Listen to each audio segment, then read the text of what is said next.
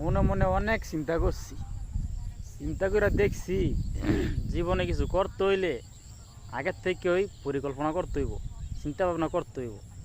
তা না হইলে জীবনে সাফল্য হন যাইত না।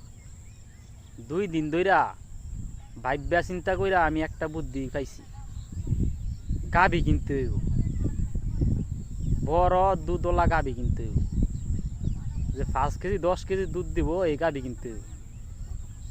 এই গাভী না কিনলে জীবনে উন্নত হন যাইত না। যদি কেউ ওই গাভীর খোঁজ জানেন আমারে খবর দিয়েন। গাভীর দুধ বেচমু আর ভিডিও করবো, পরে দুধের টিয়া দিয়ে ল্যাম্বরগিনি কিনবো। এটা ছাড়া আর উপায় নাই।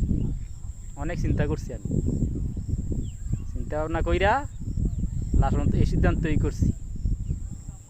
আইডির যে অবস্থা, ফেসবুক আইডির যে অবস্থা, এটা দিয়া ভাত খাওয়ান যেত না।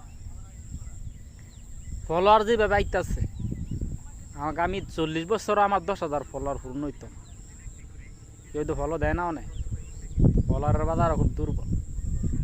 তাই চিন্তা ভাবনা করছি এটাই করতে হইব। কারো আশেপাশে যদি 10-5 কেজি দুধের গাভী থাকে আমারে খবর দিবেন। বাও নাই, উপায় নেই।